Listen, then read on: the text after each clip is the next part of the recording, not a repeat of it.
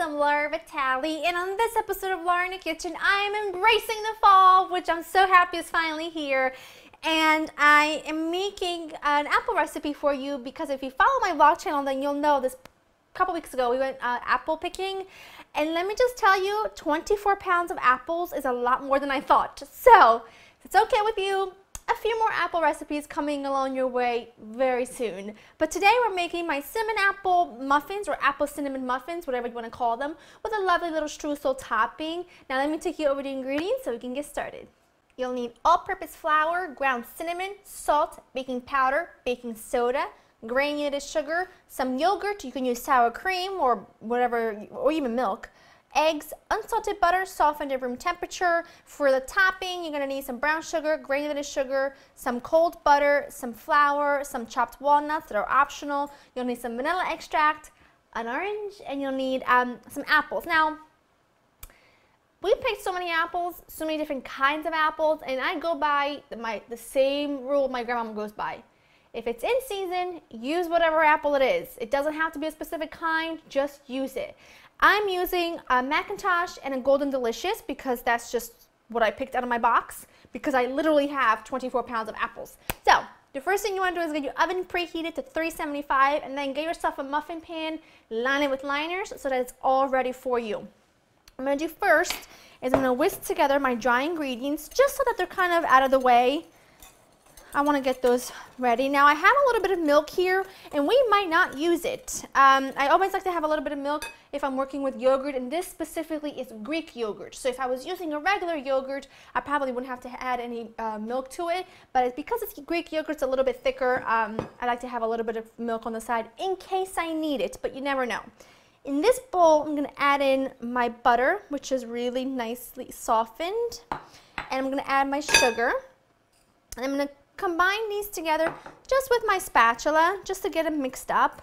It doesn't have to be anything super perfect, and you could use your standing mixer for this, of course, but hey, you know, once in a while you gotta put a little bit of elbow grease in it. So get those mixed up together, and then we'll add in another ingredient. To that we're gonna add in eggs and some vanilla extract. Gotta have good vanilla extract. I mean, what are you gonna do? I love these muffins because A, they're super basic and simple, but B, they make your house smell incredible. So I figured tomorrow is Friday, and we're gonna give these, most of these anyway, we're gonna bring them to the nursery for everybody to enjoy with a nice cup of coffee. So I'm just gonna mix these together until pretty nicely mixed. And now we're going to add in our Greek yogurt, and this is just plain Greek yogurt, nothing flavored. Again, use what you have on hand. If you have sour cream, fabulous. If you have buttermilk, by all means, knock yourself out. If you have neither, just add milk. You'll be okay. A little bit of orange zest because you know I love the combination of orange and cinnamon. And I put that same combination in my apple pie, in my mini apple pie, my apple crisp. Lots of apple recipes. So I'm just going to put some in there.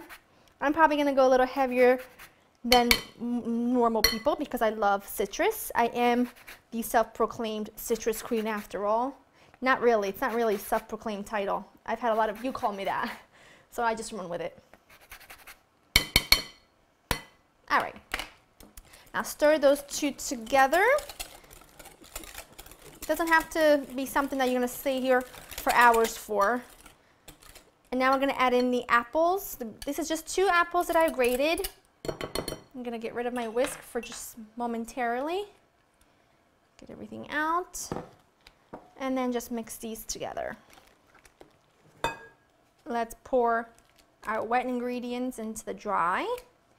Get it all out of there. And immediately, I mean, you can already smell the orange and you can smell the cinnamon, and wait till it goes in the oven. I like to bottle this up, put a wick on it, and light it as a candle. That's how good it smells. And I just mix this with my spatula just because I find that it's much easier to mix considering it is a thicker mixture. So just do that. I'm going to add, you can see it's a little tiny bit thick, so I'm going to add just a couple tablespoons of milk.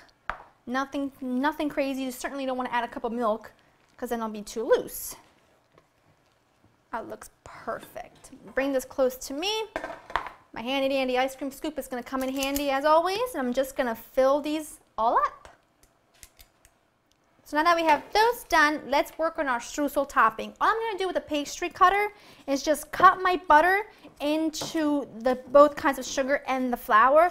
If you want to, you can add a pinch of cinnamon to this, but because we have so much cinnamon in the batter, I didn't think it was necessary. So what I'm going to do is just do my very, very best to get that off there. And when you want to run your finger through it, use a utensil, because I have gotten cut several times with a sharp piece from one of these, because they're there somewhere, and I wouldn't want anyone to get hurt. So this looks good.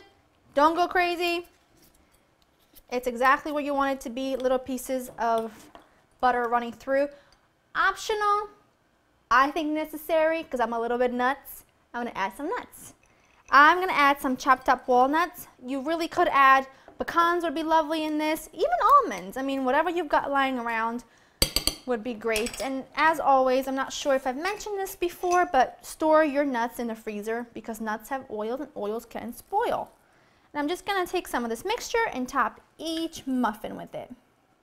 All right, clearly you'll do a much better job at keeping things on the muffin rather than the muffin tin. But in any case, it's good to go. They're going to go into my oven preheated at 375 for about 20 to 24 minutes, or until you insert a toothpick in the center. If it comes out clean with no wet batter on it, you know you're in good shape. Let them cool slightly if, and only if, you can resist that. In any case, I'll show you what they look like when they're done. Patience has never been one of my virtues in life. If you were here and you smelled this, you'd side with me. You would not be upset that I dug into one piping hot before my husband was able to pick up the camera.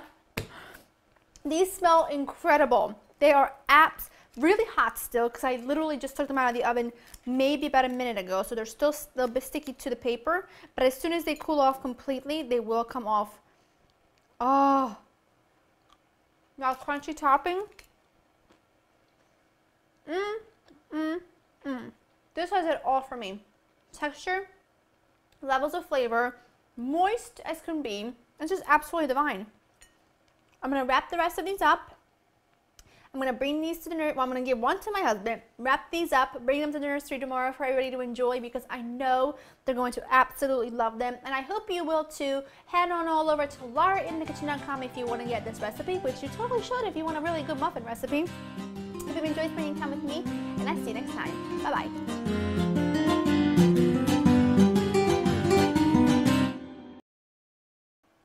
Happy, happy, happy.